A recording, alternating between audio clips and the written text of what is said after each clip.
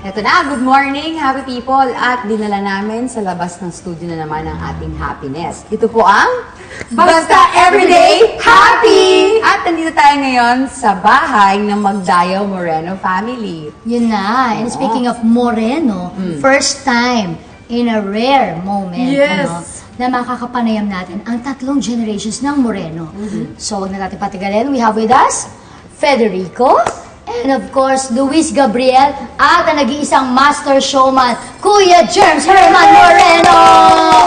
First time din natin makakapanayam ay, syempre, ang apo ni Tito Germs na si Gab, na siya lang naman ay gold medalist, di ba? Nag-uwi ka, una-unahang Pilipino na nag-uwi ng gold medal for archery. Archery, diba? yes. Yung mga ito mga naka-display sa kanya lahat yan. Kaya, at semi lang kasi hindi ko na kinaya.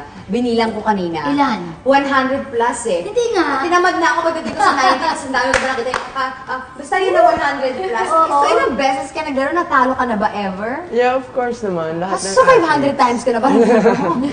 Well, lahat naman ng athletes pagdadaanan pag yung matatalo. So you learn from it. Si Gab is only 16 years old. Yes. So, nitong nakaraang 2014, ito yung Summer Youth Olympics, no, Gab, dito mo nga nakuha ang gold medal para sa archery. Curious lang ako, ilang taon ka nung nag-start ka mag-archery? I started when I was 7 years old. Grade 1 sa Lasal. With archery? Yes, with archery. Pero yung mga ibang awards mo dito, hindi lang archery, mga ibang sports din? This is all archery. Oh, all archery! Kailan ka start mag-compete? Mga grade 3 or 4. Oh. 3 years. Do you think that you will take this further? Yeah, I think so. Yeah, I'll take this. I have tournaments in line for next year, so I'm really training for that. Alam mo, ako nga nung nalaman ko na wow, nasundot ika nga o nakuha ng Pilipino, no, itong archery, gold medal pa. Sobrang proud na. Ikaw pa kaya?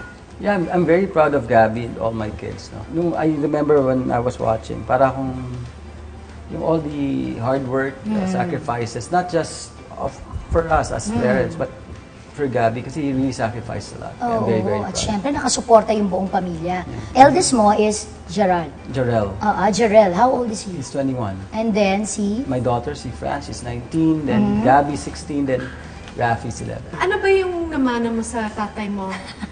Na ginagawa mo naman sa mga anak mo? Maasikaso pa pa eh. So, I make it a point to really take care of the kids.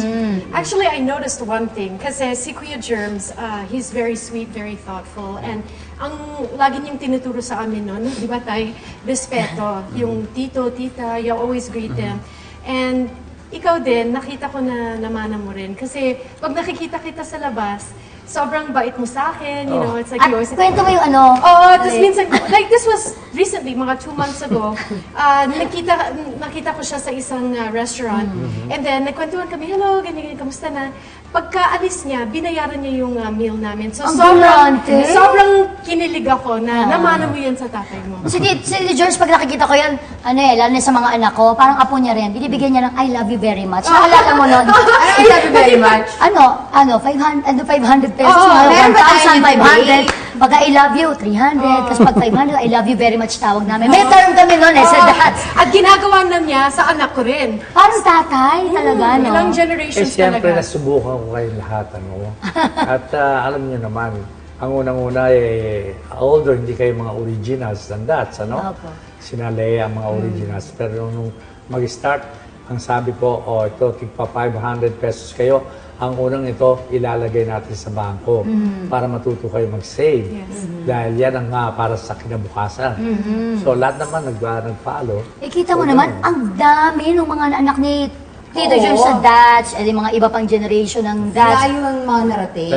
Teka muna, napupunta tayo sa Dutch, Dito naman kayo pumukot. Ito nga Kasi nga, parang wala sa linya ni Gab yung yung pagpasok sa show business. Or baka, may plan ka ba? No. Hindi ka interesado? Bakit hindi?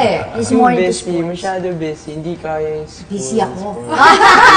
Yun yung line niya lagi, busy ako. Kasi nga, para pagsabayin ang pag-aaral, di ba? And at the same time, Diyos ko, gold medalist ka ng archery. Sa bagay,